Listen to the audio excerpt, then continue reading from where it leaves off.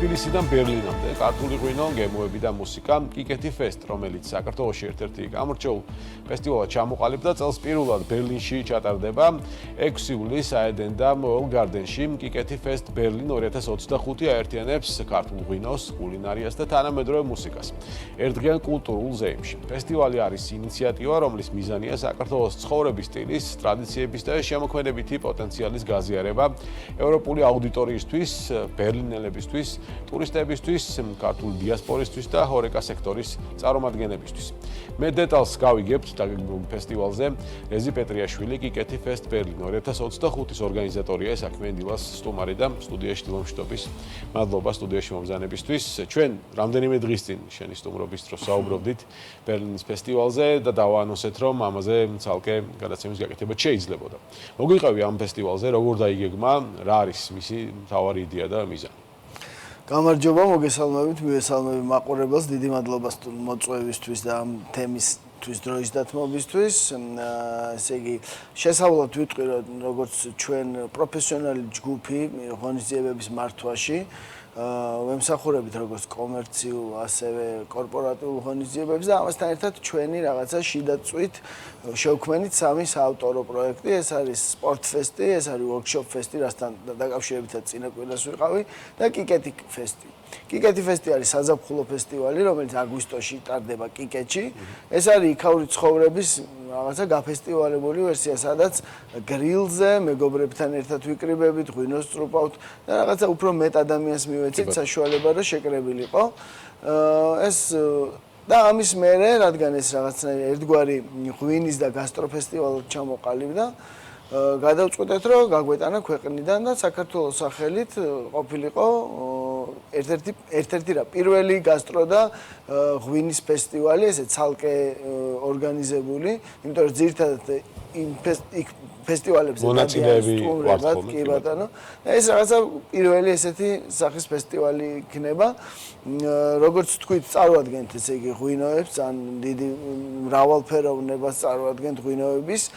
ჩვენი პარტნიორი ამ ნაწილში 8000 მოსავალი, რომელიც ბერლინში მუშაობს, რომელსაც ბერლინში აქ მაღაზია და ბარი, კი ბატონო. და ასევე ჩვენ მხარდამჭერია ვისმინო, რომელიც წარადგენს ბიოღვინოებს ფესტივალზე. და ასევე არის ჩვენი პარტნიორი რესტორანი ლურჯი მელა, რომელიც ქართული რესტორანი ბერლინში. კი. და ჩვენ რაღაც საერთო ძალის მხრივით ყველა ერთად მოვახდენთ ქართული კულტურის, ქართული დღევანდელი ცხოვრების, ჩვენი რაღაცნაირი ადამიანების დონეზე ემოციის და ისტორიების გაცვლას. ეს იქნება ერთდღიანი ფესტივალი. ვის ეპატიჟებით ამ ფესტივალზე, ვის შეუძლია მონაწილეობის მიღება, როგორ იგეგმებით ბროდემდე ასე ვთქვათ, აი ეს დაგეგმის პერიოდიც მოკლე იქნება, იმიტომ რომ ერთ თვეზე ნაკლებია დარჩება. კი ბატონო, ამ ფესტივალზე მუშაობა რეალურად დავიწყე შემოდგომაზე, იმას მე რამდენჯერმე ვეწვიე ბერლინს, იქ ვენიუს ვარჩევდით, სად ჩატარდებოდა, მოლაპარაკებები გქონდა, საკმაოდ დიდი ხანი დაჭირდა ამის იმ დონემდე მიყვანა, სადაც დღეს ვართ, უკვე გადაწყვეტილი და დაანონსებული. გამომდინარე იქიდან, რომ 8000 მოსავალს უკვე საკმაოდ წარმატებული გაყიდვის წერტილი რესტორანი თუ მაღაზია აქ ადგილზე, მათთან ერთად ეს ნაწილი შედარებით მარტივი იყო, ღვინოების ნაწილი და ისინი წარმოადგენენ ღვინოებს ფესტივალზე. რაც შეეხება კვების მხარეს, კულინარიას, კი ბატონო, რაღაც მრავალფეროვნებით წარუდგებით, ასევე ჩვენი მეგობრების ამ რესტორნის დახმარებით. ეხლაც მიმდინარეობს რამდენიმე ჩვენ მხარდამჭერთან, ღვინის კომპანიებთან მოლაპარაკება და ისინიც იმედია შემოგვიერთდებიან და იქნებიან ჩვენი პარტნიორები ამ ღონისძიების ფარგლებში. დანარჩენი რა ვიცი, მუსიკის ნაწილი ხო, ჩვენი ქართველი მუსიკოსი არის ნიკოლე, რომელიც უკვე 4 წელია გერმანიაში მოღვაწეობს, საკმაოდ წარმატებით, როგორც თბილისის სცენას იზიარებს, ისე აქტიურად ბერლინში მოღვაწეობს და ეს იქნება რაღაცა მხიარული, სასიამოვნო DJ სეტი იქნება, მაგრამ არა რაღაცა მძიმე და underground მუსიკა. უფრო ისეთი, რომელიც უხდება ღვინოს, უხდება დღის გართო ფართობას და ჩვენ ხასიათს. კი ბატონო, შვენიერი. სანამ გავაგზავნოთ ერთი ინფორმაცია, რომელიც მინდა რომ მაყურებელს გაუზიარო, BM.GG-ზე გავრცელდა ეს ინფორმაცია. განსაკუთრებულ დავალებათა დეპარტამენტის დირექტორის თანამდებობა ზვიად ხარაზიშვილმა, იგივე ხარებამ დატოვა, მის ადგილას უწყებამ რომან ქარცივაძემ დანიშნა. შინაგან საქმეთა სამინისტროში კიდევ ერთი ცვლილება განსაკუთრებულ დავალებათა დეპარტამენტს შეეხო აღნიშნული დეპარტამენტის დირექტორის თანამდებობაზე. რომან ქარცივაძე დაინიშნა აცხადებენ უწყებაში დამატებითი ინფორმაცია ცვლილების მიზეზების თაობაზე ჯერჯერობით არ გავრცელებულა, როგორც კი ეს ინფორმაცია გვექნება, რა თქმა უნდა, BMG ამ ინფორმაციასაც შემოგთავაზებთ. შეგახსენებთ, რომ ხარებამ თანამდებობა დატოვა, მის ნაცვლად კი რომან ქარცივაძე გააგრძელებს თანამდებობაზე მუშაობას. ეს ინფორმაცია თავად უწყებამ გავრცელა. ჩვენ შეგვიძლია ბერლინი ფესტს დაუბრუნდეთ ამ ინფორმაციის გაჟღერების შემდეგ. იგეგმება თუ არა, ისევე როგორც თქო, იგივე კიკეთი ფესტის ჩამოყალიბება ყოველწლიურ ფესტივალად მოხდა.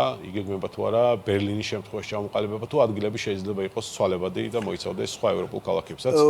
დღეს თუ არის უკვე რამე მონახაზი ეგეთი. ვფიქრობთ, რომ სხვა ქალაქებსაც ვესტუმროთ, მაგრამ სადაც დავფუძდებით, ის ყოველწლიური იქნება, ანუ ბერლინი ყოველწლიური იქნება, გვინდა ასევე მადრიდის და ლისაბონის ფესტივალები შექმნა.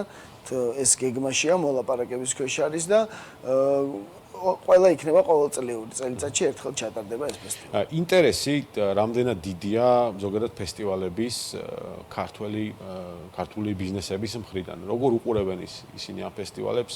იგივე ბერლინი ფესტი შეიძლება თუ არა ვინმემ გამოიყენოს როგორც ერთგვარი პლატფორმა იმისთვის, რომ საქმიანი ურთიერთობები აწყოს, თქვათ, დისტრიბუტორებთან, რომელიც ბერლინში არიან, ადამიანებთან, ვინც ბერლინში არიან, არის სხვადასხვა ბიზნესებთან ან ქსელებთან. ანუ ამ კუთხით, ასე ვთქვათ, რა დატვირთვა შეიძლება ქონდეს ფესტივალს. იდეაც ერთ-ერთი მნიშვნელოვანი ეს იყო, რომ ჩვენი ხასიათის და ჩვენი ყოველდღიურობის გავლით ეს B2B ურთიერთობებიც რაღაც სხვანაირად წარმოჩენილი იყო. შესაბამისად, ჩართულობაც დიდია, დაინტერესებაც დიდია იმისი, რომ თავისი თავი წარადგინონ, თქვათ, არა ოფიციალურ გარემოში, სადაც უფრო ხასიათობრივი და იდეური გაცვლა მოხდება ემოციის და ინტერესების. შესაბამისად, ჩვენ ფესტივალიც ისე კოორდინირდებით, რომ როგორც წეგან აღნიშნეთ, ჰორეკა სფეროს უკავშირდებით და მათ წარმომადგენლებს ვიწვევთ ფესტივალზე, რომლებიც ნახავენ ადგილზე ბრენდებს, უშუალოდ იმ ადამიანებს შეეხებიან.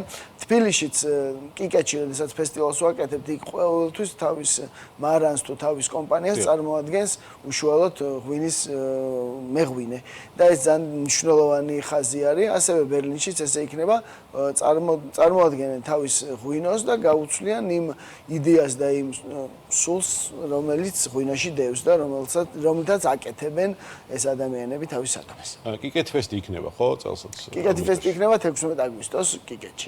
ამოვარდნილა ბერლინის. კიკეთი ფესტს ვერ უღალატებთ, ეს ჩვენი ცხოვრების ნაწილია, ისე როგორც სპორტ ფესტი და ვორქშოპ ფესტი, რაღაცა ჩვენი იდეა რაც არის, როგორც ცხოვრობთ, რასაც ვემსახურებით, იმის გაფესტივალებული ნაწილია. თვითონ ფესტივალის ხო იდეაში ის არის, რომ რაღაცა სივრცე შეიქმნას პლატფორმა, სადაც მინიმუმ პირველი შეხება შეგიძლია როქნა, მოახდინო ამ რაღაც სხვადასხვა სფეროსთან, სხვადასხვა აქტივობასთან და შემდეგ უკვე დაინტერესების შემთხვევაში უფრო ღრმად ჩაეძიო და სიღრმეში წახვიდე იმ ინტერესის სფეროს. განსაკუთრებით ფესტივალები ალბათ ეხმარება მცირე და საშუალო ბიზნესს იმისთვის, რომ რაღაცნაირად მოცვა გაზარდონ, ცნობადობა გაზარდონ, მეტ ადამიანთან გქონდეთ კავშირი, რაც რთული საქმეა, ხარჯიანი საქმეა და ამ შემთხვევაში ალბათ ერთ-ერთი იდეაც ფესტივალების ეს არის, ანუ რამდენი გახსოვს თუ არა, რამდენი მცირე და საშუალო ბიზნესი იყო, ვინც ამ ფესტივალებიდან იწყებდა საზოგადოებისთვის თავის გაცნობას. მთლიანობაში რო ავიღოს, შეიძლება ესე მონახაზად თქვათ 200-მდე, მაგრამ ახლა კონკრეტულად კიკეთი ფესტის ფარგლებში მცირე მეღვინეობები იქნება, 10 მცირე მეღვინეობა იქნება წარმოდგენილი ბერლინში. რაც შეეხება თბილისს, 15 მეღვინე ყავს ხოლმე სტუმრად და ეს რაღაცა არ გავდივართ ამ რაოდენობას, რომ მათი ინტერესიც იყოს კომერციული და ხარისხიც რო შევინარჩუნოთ. ხო, უბრალოდ ეს გამოფენა არ არის, ეს არის მარკეტიც არის და შესაბამისად ისინი გარდა დეგუსტაციის ასევე გაყიდვა რეალიზებასაც ახდენენ თავის პროდუქციის და რაღაცა ერთმანეთთან კომბინაციაში ეს ორი ფაქტორი მნიშვნელოვანია ყველასთვის, რომ რაღაცა არ იყოს უბრალოდ განუსაზღვრელი რაოდენობით. კი ბატონო, როდესაც ბერლინში იგეგმებოდით ფესტივალის ჩატარებაზე, რა დაინახეთ ინტერესის ნაწილში? გაზრდილია თუ არა ინტერესი და ამ ყველაფერს შეუწყო თუ არა ხელი იგივე 8000-მა მოსავალმა, რომელიც იქ უკვე ოპერირებს, იგივე ლურჯი მელა, რომელიც ახსენეთ ქართული რესტორანი, ანუ როგორ მუშაობენ იქ ქართული ბიზნესების წარმომადგენლობები იმისთვის, რომ ინტერესი გაიზარდოს. დაინახეთ, რომ იცნობდნენ, ასე ვთქვათ, ქართულ ღვინოს, სამზარეულოს, თუნდაც მუსიკას და შემოქმედებით ნაწილს. კი, რა თქმა უნდა, დიდი ძალა და ძალისხმევა იდება ამ ადამიანების მიმართ, ვინც იქ მოღვაწეობენ. მათ გარშემო ვინც არის ჩართული, იგრძნობა, რომ დიდი დაინტერესება აქვს და მოწონება აქვს, მაგრამ თქო რო გავწდეთ მათ საზღვრებს, ზუსტად ეგ იყო იდეა, რომ ძალები გავაერთიანეთ და ფესტივალად გადავაქციეთ, სადაც ბევრად უფრო მეტი ადამიანი მოვა, ბევრად უფრო მეტი ადამიანი დაინტერესდება, შეეხება ჩვენ ხასიათს, ჩვენ განწყობას, ზოგადად იმ კულტურას და იმ ტრადიციას, რაც გვაქვს და ესე იქ რასაც წარმოვადგენთ, ალბათ ერთ-ერთი ყველაზე მნიშვნელოვანი ქართული ტრადიციის ნაწილებია, მაგრამ თანამედროვეობაში გადათარგმნილი, რა თქმა უნდა.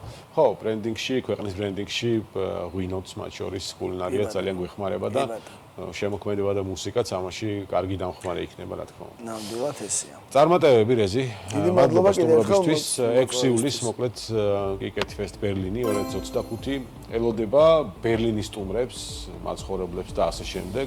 ქართველებიც იქნებიან ბერლინში და კარგია თუ დაემთხოვიან ამ ღონისძიებას. რეზი პეტრაშვილი იყო ჩვენთან ერთად, რომელიც კიკეთი ფესტ ბერლინი 2025-ის ორგანიზატორია.